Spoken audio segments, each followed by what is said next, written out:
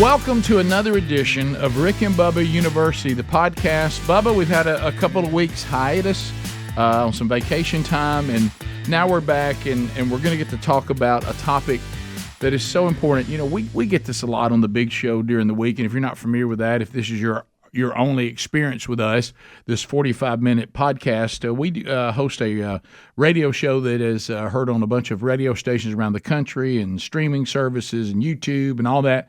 You can find out more by going to Rick and Bubba, spell out the word and.com. And on that weekly show and daily show, people so many times they'll call and say, I just don't feel like we appreciate veterans. We don't appreciate those that have paid the price for the freedom that is never paid for. As you said many times, it's a lease.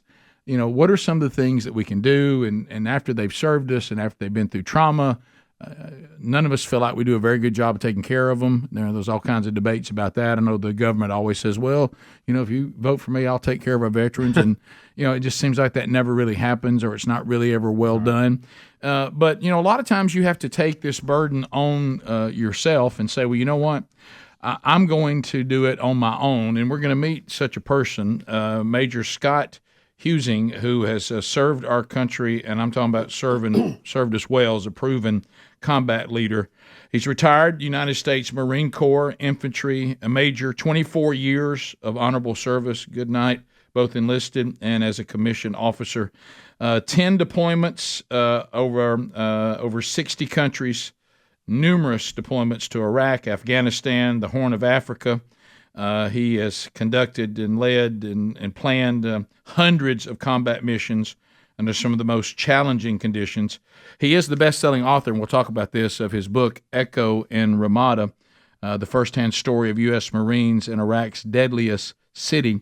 So can we just welcome Scott Huesing to the Rick and Bubba Show. Major, welcome to the Rick and Bubba University podcast. Hey, great to be on with you guys. Thanks for having me on, gentlemen. I appreciate it. Well, we appreciate your service to the country. Sounds like you've done your duty.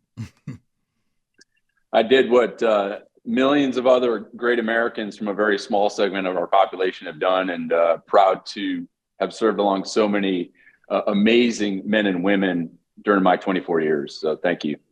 Speaking of those, we will get to a way that all of us as Americans can join you to try to help those who have been through so much in the line of duty. But let's spend the first part of the podcast talking about the book, Echo in Ramadi.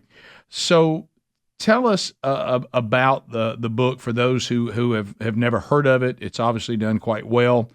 You were there. What were you hoping to accomplish, and what will I find if I'm watching or listening to this podcast if I dive into this book?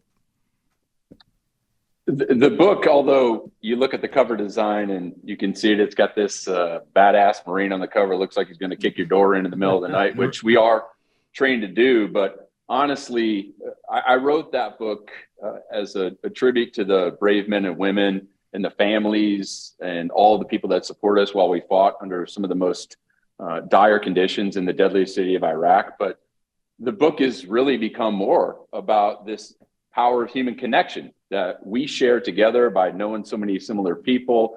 And it speaks to leadership and team building and overcoming adversity under some of the most challenging conditions. And I've been tremendously fortunate that we've had a lot of success in sharing that story. And it's been a real honor for me because I wrote the book not only to really capture an important piece of military history that I was afraid would get lost under the cover of other significant battles throughout military history, but really it's an important piece about people. And that's what the story shares.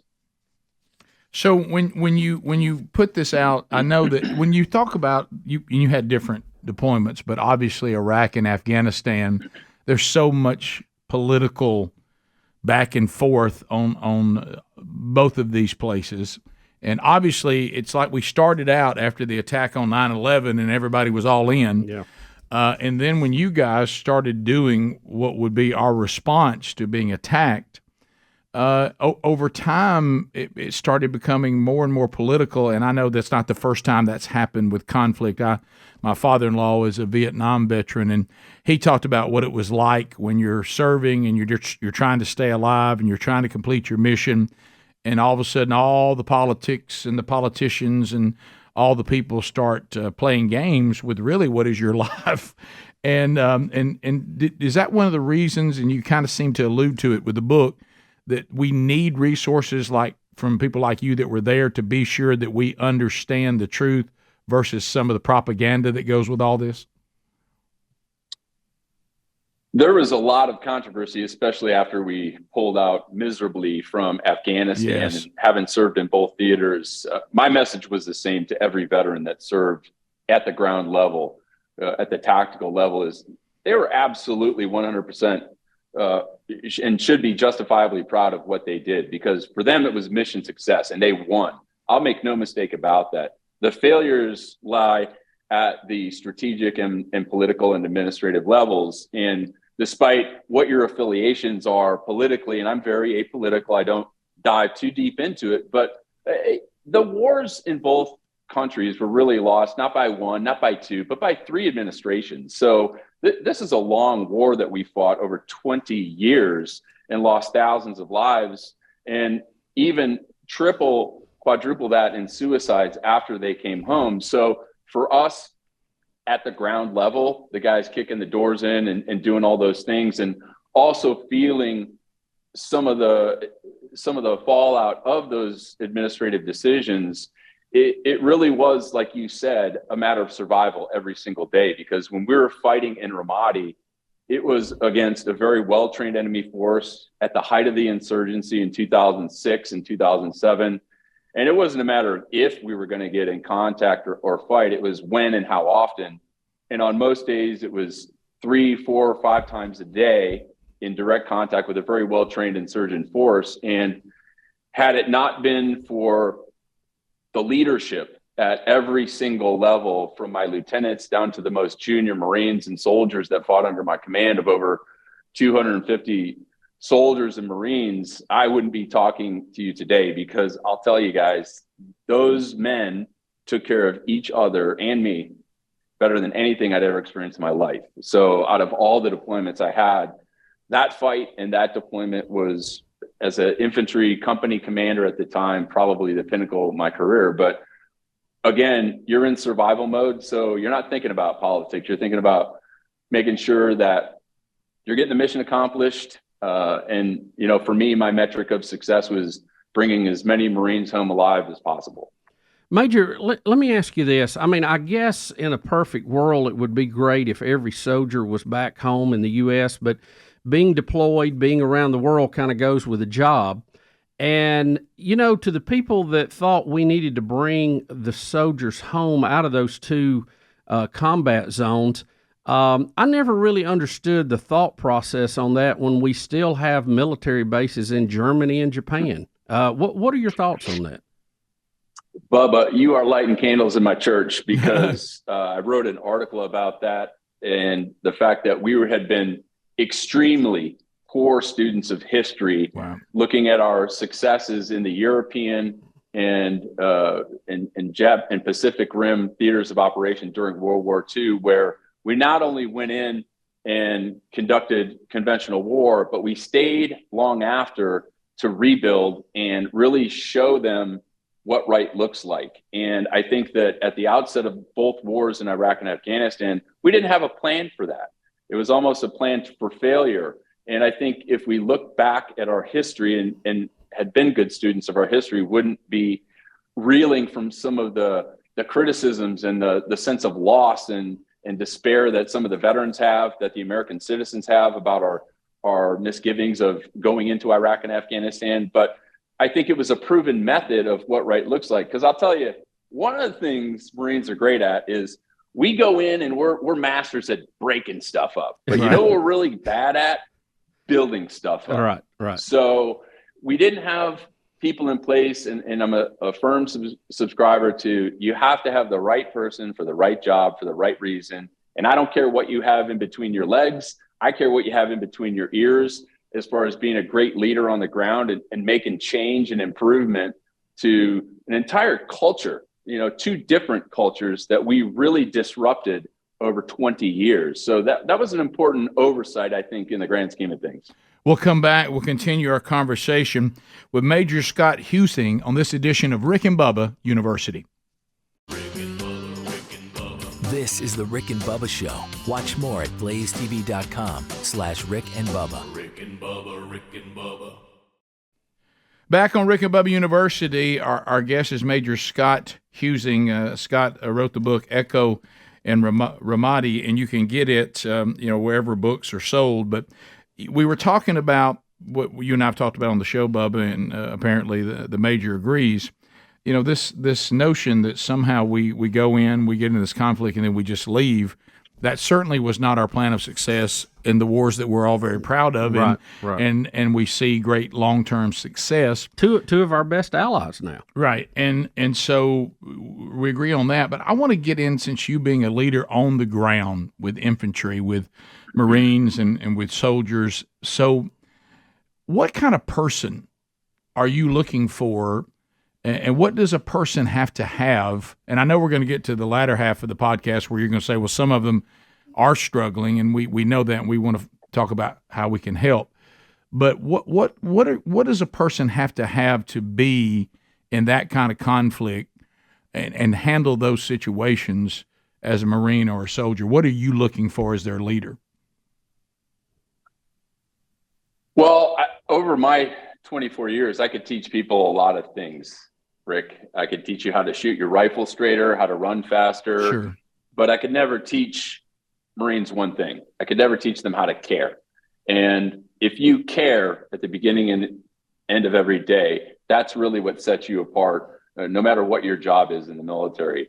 And our military organization, service-wide, does a phenomenal job taking less than 0.5% of the entire American population of over 330 million people and screening them and training them.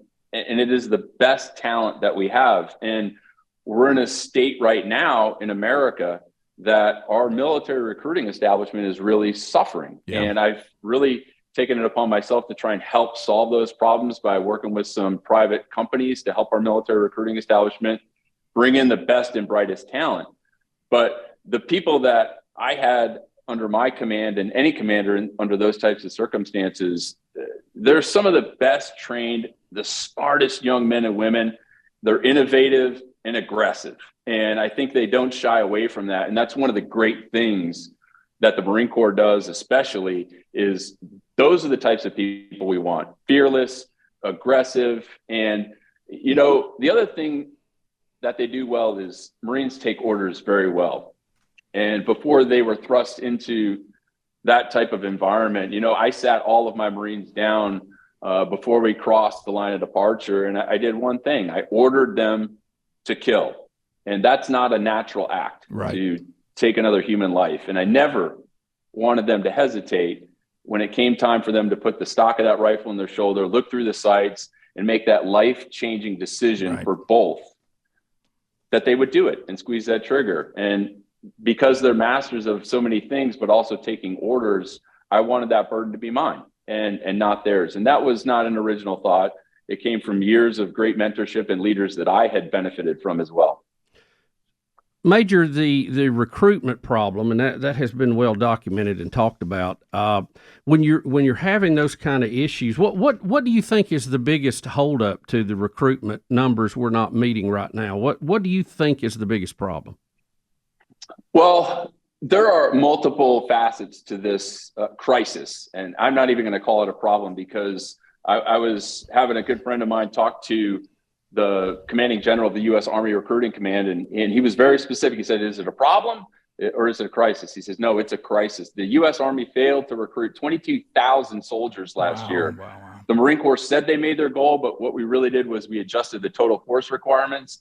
But every single service branch is suffering, not just from recruiting, but also from a retention aspect. And I've been involved with a phenomenal tech company that has stopped selling the potential to sell their tech to the commercial sector because they understand that this problem is greater than the reward will ever be. So we're trying to present this tech solution from an HR and recruiting aspect to make it easier to get tech into the hands of the recruiters on the ground, so they have, all of the means necessary, that they have the tools to fight and win at their level in this recruiting war. Because this technology by Revy is really something that's revolutionary. It's kind of the new way to win on the digital frontier of recruiting. And that's what our Gen Z need. That's what Gen Y is going to need, Gen A in the future. So we're trying to do whatever we can to help stem this crisis, because we can't wait another 2, 3, 5 years for this problem and those numbers to repeat, especially with near peer adversaries threatening us and playing chicken in open seas with U.S. Navy warships. We just don't have the time. I'm just shocked that the drag queen videos didn't bump our numbers up. Oh my Aren't goodness. you? Oh man. Yeah. There's such a disconnect, it seems, between the people like you, Major, who are doing the job, and the people, and I have to apologize for the civilians that's in charge. They just don't get it. I don't know in their wildest dreams where they thought this is an answer to a problem we've got, when that kind of tactic is the problem with the numbers. Again, there's so many different opinions getting filtered into those at the decision-making level, that we don't have an opinion on. But in the veteran community, I will say this, is there's a lot of guys out there, and I've been retired for almost 10 years now, that my position is this, guys: you can either sit around and talk about the problem and complain like some old graybeard that I walked uphill both ways in the snow and carried water and I had it harder than this generation. That's a load, man, because everybody has the potential to make an impact and a change from where they sit as a veteran after they leave military service, that you can still make a change, you can still make an impact, and you can still lead. Because I'll tell you what, on my commission, there's no expiration date. And I'm very fortunate that I'm still in a capacity where I can get out in front of people and share a message and try and make a difference as an American. And I think that, we need more of that in this culture. And I think it's an information management piece, not only through mainstream media, but that's why it's so great to be on programs like this, guys, is because we're talking about things that matter. We're having a discussion. And it's important that every single American understands that without recruiting and inspiring the best and brightest young Americans, the value of military service, we're going to have some real problems. And without our military, we have no national defense. It's a strategic imperative.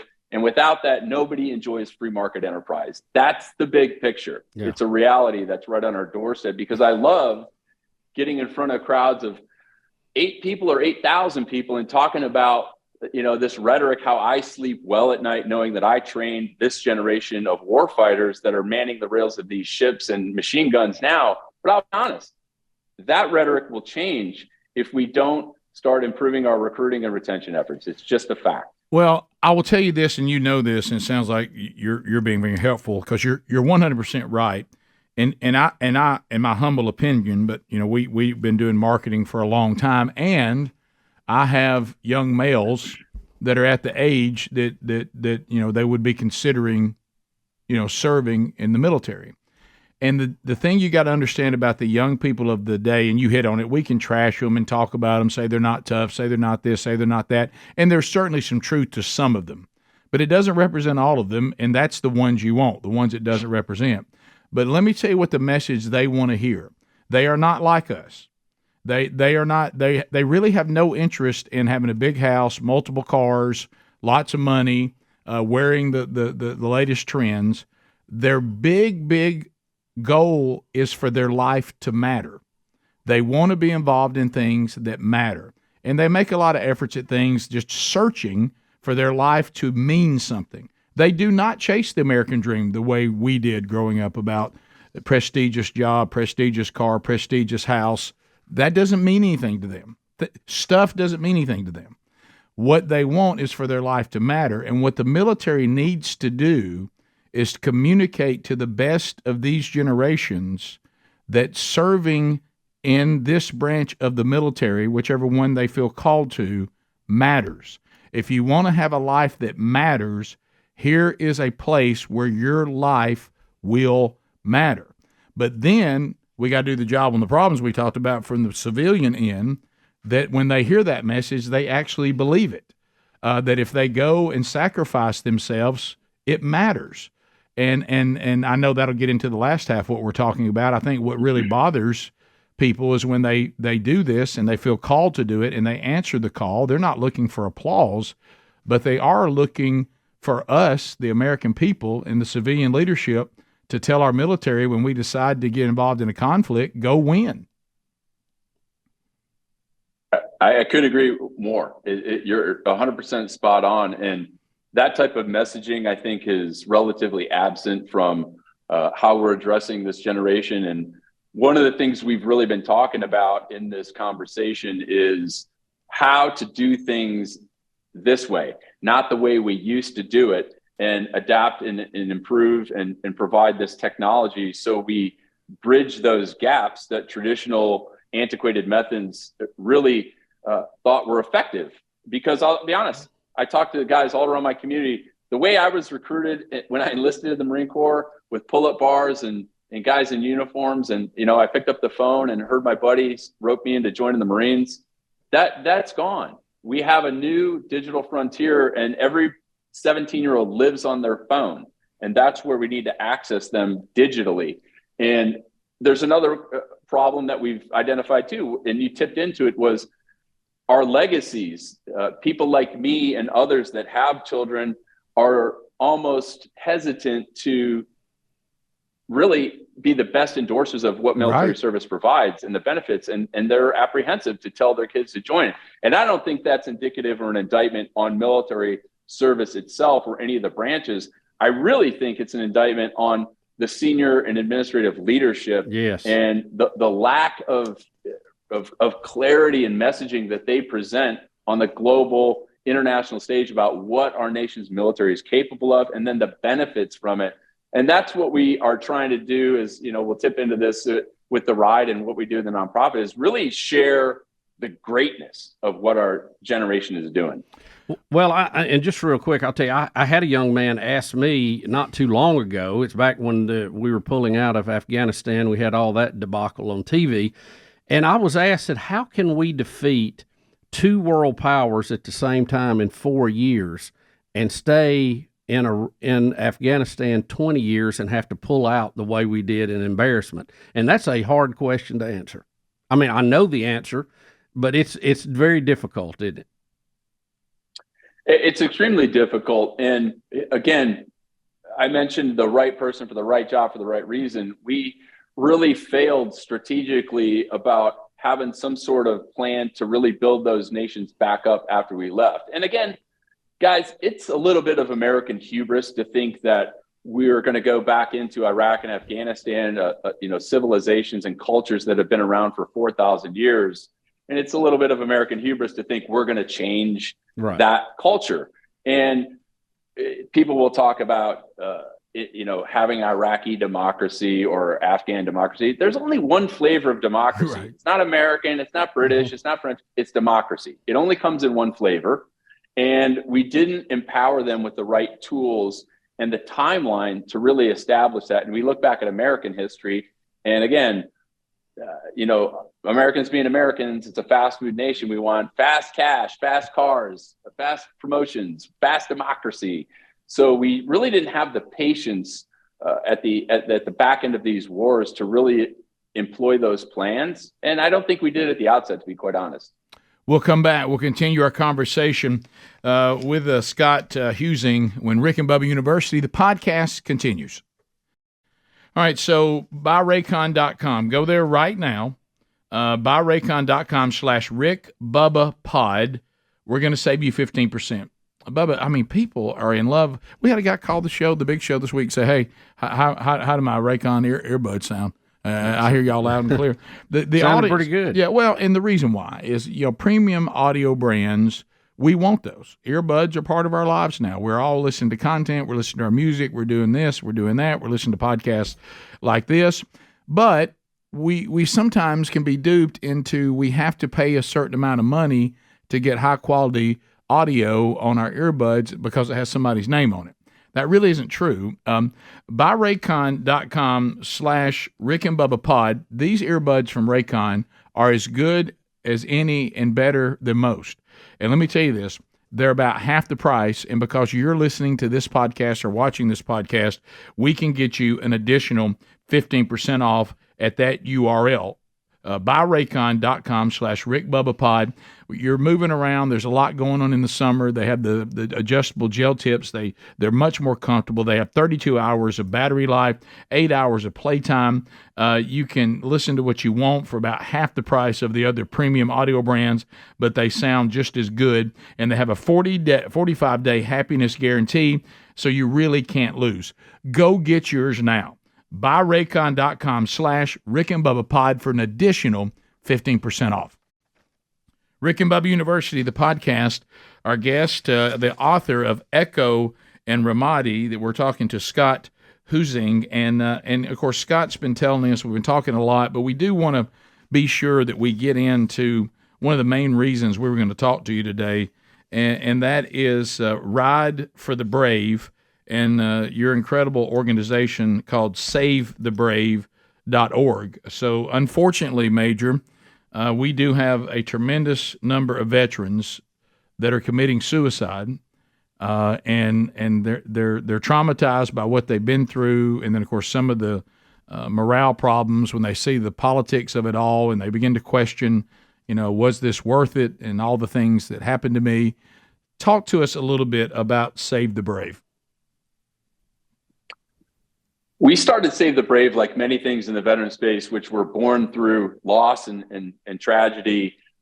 When one of my squad leaders committed suicide, and we supported the family by flying Marines up and taking care of them, and then decided we wanted to do more, like most, and we took some guys offshore fishing. That was 8 years ago, and since then we've done that every year. Last year we had 32 offshore fishing trips. We have a jiu-jitsu program and a scholarship fund for the children of veterans and deserving family members who committed suicide. And then the Ride for the Brave, again, was born out of tragedy, sadly, when I lost a good friend from high school, Navy veteran, and his mom asked me to go to South Carolina and give the eulogy. Height of COVID, no flights. I hopped on my Harley, and through the network and just the overwhelming support, this ride, which is only an event that we do 9 cities in 9 days, it turned into this Forrest Gump-like event where riders would come out on the road, and every stop there was hundreds. And here today, where we're doing the show from, is at Marty B's place in Bartonville, Texas. Marty Bryan is a dear friend.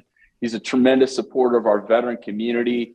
And I'm up in his private suite doing the show, but this is one of our stops on the ride.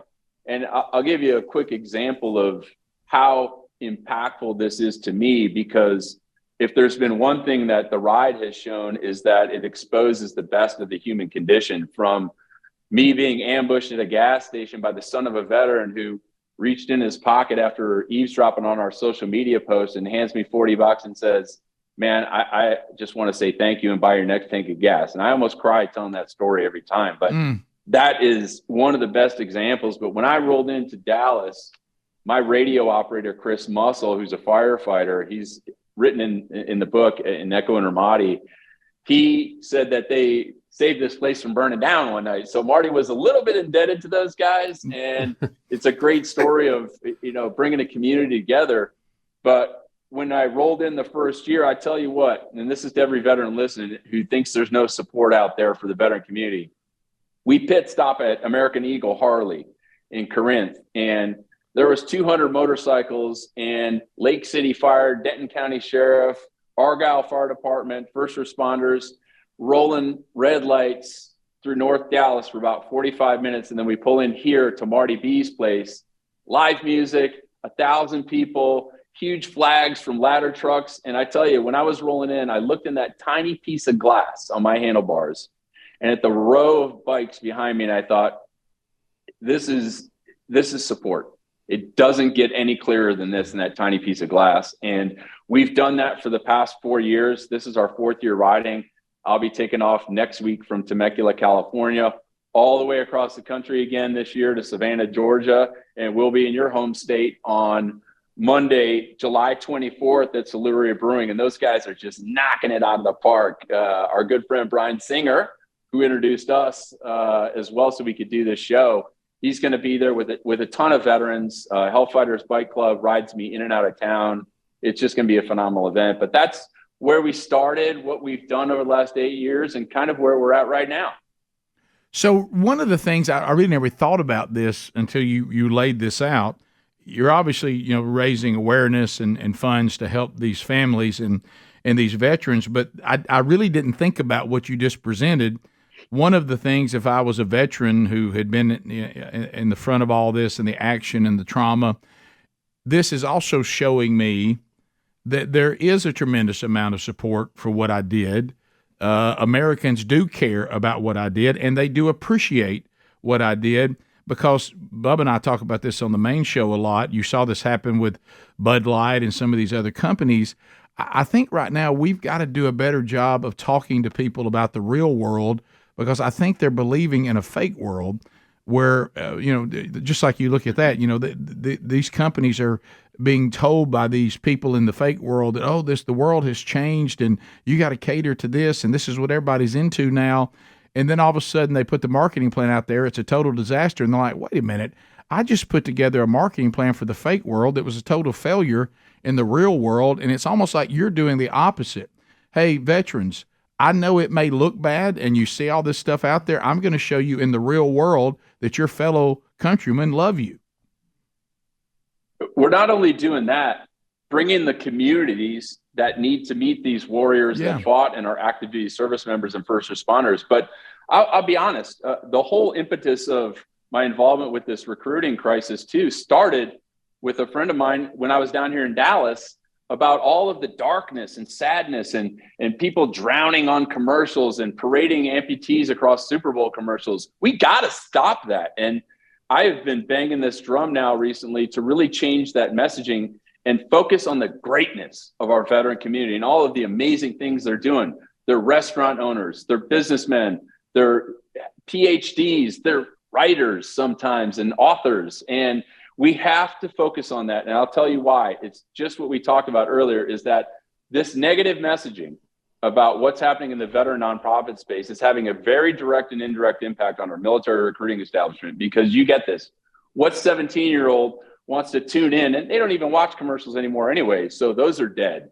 We don't watch commercials, but when they see a person who serves their country for 4 years and they lose a limb or, they wind up living under a bridge. Oh yeah. Where do I sign? Let me join. So we have a real responsibility as people of influence and some semblance of notoriety or whatever the hell you want to call it, to really show this young generation and the future that there is so much greatness out there, and getting those testimonials. I mean, you're talking to a guy who barely graduated high school with a 1.24 GPA and managed to do much better in college. But I say that not as, to be super humble and have a, true confession on air, but it highlights the discipline and the culture of the military and how they change people from where I was to where I am now. And I think my story is one of many that are very similar to that. But we do have a bad messaging problem in the veteran nonprofit space. But this ride, when we take off next week on Tuesday from California, we're going to connect thousands of veterans. And I think that that's probably the most important thing. Yes, it's a fundraiser. We want people to go to savethebrave.org and donate, because we can't do it without your support. But it's really about the connection, because we connect veterans. And I got perseverating on that goal of fundraising a couple of years ago. And my partner just grabbed me by the stack and swivel and said, hey, sir, don't worry about the money. It's not about the money. We have connected thousands of veterans. And last year, over 10,000 veterans on this ride. So it's a really cool event to get out and meet so many amazing people. And there'll be celebrities along the way that show up. And every one of these 9 cities we do in 9 days, it's just a tremendous turnout. And we're very fortunate to have a lot of support that we do from Marty B's place here in Texas, all the guys in Alabama at Siluria Brewing. And then we've got, I have to share this. My merchandise friend just brought these in from Grunt Style. They showed up here in Texas, which they donated, and also sent 1,000 Grunt Style t-shirts. I'm sure your listeners are familiar with Grunt Style. They are a veteran-founded, veteran-owned company, and Grunt Style has jumped on board and embraced Save the Brave for this ride because it's part of their culture and they love us. So we're just really very fortunate to have a ton of support. But I think that's the message this year is, celebrate the greatness of what veterans are doing. Amen. We'll come back. We'll finish this all-important conversation with Major Scott Huesing when Rick and Bubba University, the podcast, continues. All right, so Bubba, let's talk a little bit about Patriot Mobile. And I am hearing that the listeners of this podcast and the viewers of this podcast have really responded. And boy, today it really works, doesn't it? Talking about being patriots. Patriot Mobile is America's only Christian conservative wireless provider offering dependable nationwide coverage to all three major networks so you get the best possible service in your area. But Bubba, you get it without the woke politics. Oh, don't we long for that? Why am I sending my money to these people? They don't reflect my views. They don't reflect my politics. Why am I making them rich? And then you start thinking, well, I don't have any choices. Yeah. Well, I'm going to tell you what, when it comes to wireless. Sometimes you don't. When it comes to wireless and your cell service, you do. 100% U.S.-based customer service team. We've talked about that a lot. Making switching easy. And I will tell you this. If you of course, are a military veteran, are currently serving in the military, or you're a first responder, they've even got special deals just for you. Okay, and look, they're telling you this: if you start with them and you don't think it's as good as what you had before, then they'll switch you back at no charge to you. But you are going to love it, and it's all the service you need without having to compromise your beliefs in the Second Amendment, the sanctity of life, free speech, religious freedom. So go to patriotmobile.com right now /Rick Bubba.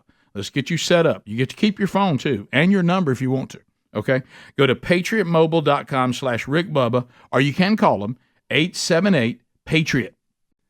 We're back wrapping up the last segment of this edition of Rick and Bubba University, the podcast. Our guest, Major Scott Huesing. He's also the author of Echo in Ramadi. Now, Scott, I want to hit this Ride for the Brave. You mentioned it as we went into the break there. Yeah, how can people listening right now get involved, and how can they be a part of it? Yeah. Great question. Go to savethebrave.org, and on our events tab, you just click down. It says Ride for the Brave. We have a peer-to-peer sign-up sheet. Again, we're doing 9 cities in 9 days. We have teams built out for every city. We've got team leaders in every city. And you can click and join a team. You can start your own fundraiser right through that. But also, if you want to join us at one of the events, you just go to savethebrave.org, click on our events. It has a full list, addresses, and times that we'll be rolling in. And again, when we hit these stops, I tell you, some of them are smaller, but some of them are just so off the hook. And I tell you, I'm really looking forward to being in your state on Monday, July 24th at Siluria Brewing, because the guys from the American Legion Riders and the Hellfighters Bike Club, they're going to pick me up in Meridian, Mississippi, and ride me all the way into the state. There you go. Then we're going to have a great time at Siluria Brewing, which is owned by retired Colonel Danny Sample, U.S. Army. He's been supporting me since year one.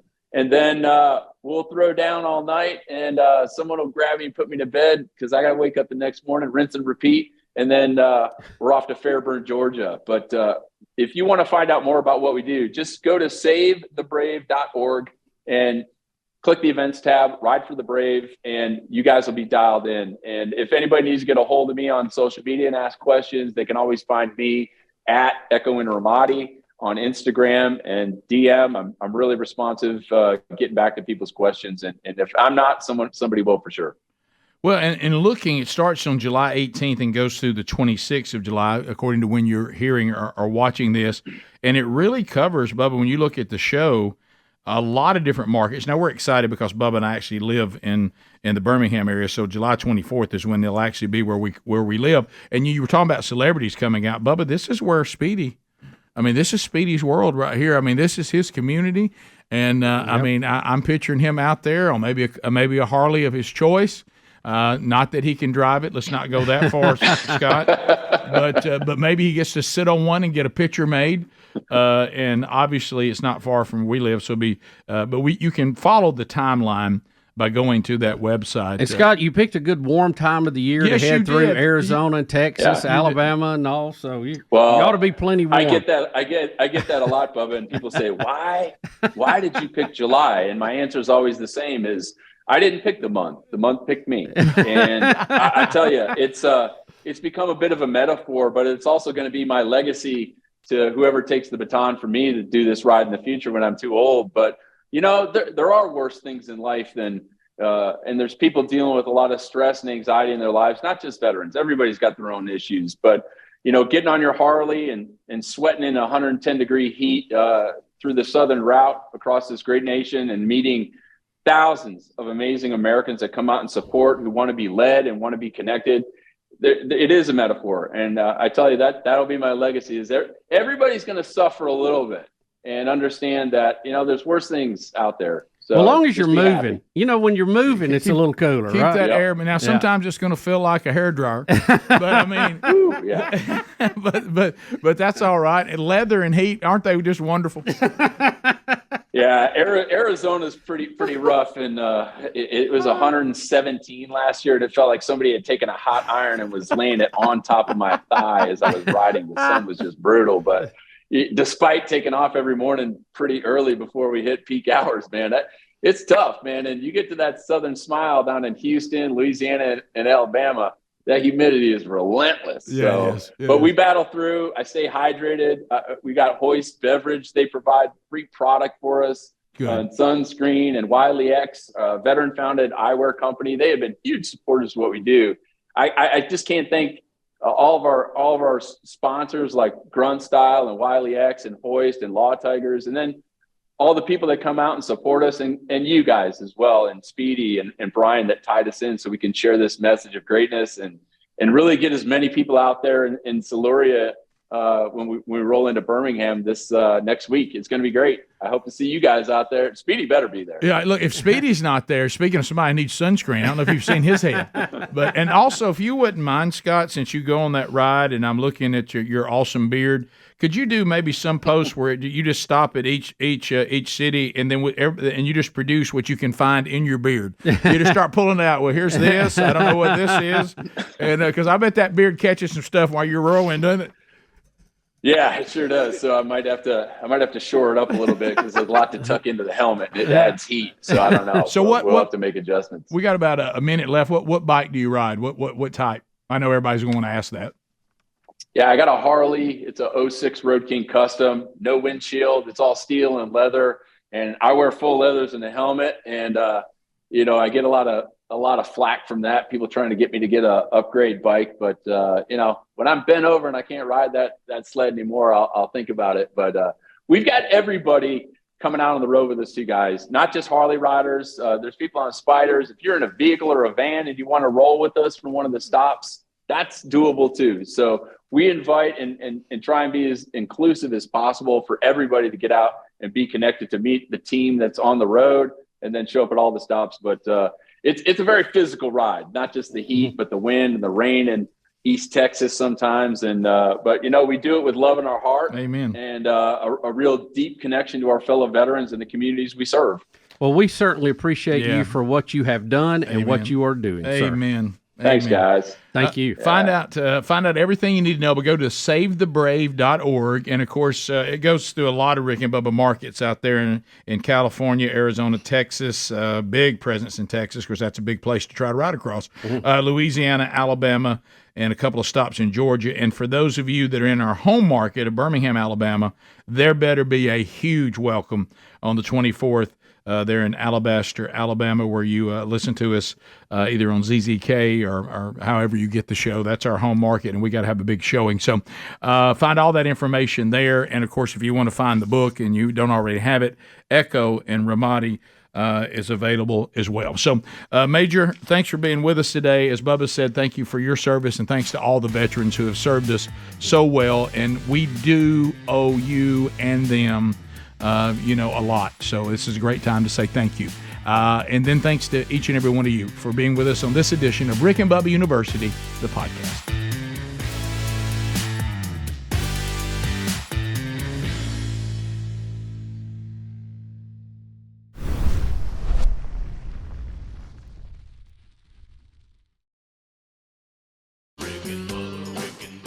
This is the Rick and Bubba Show.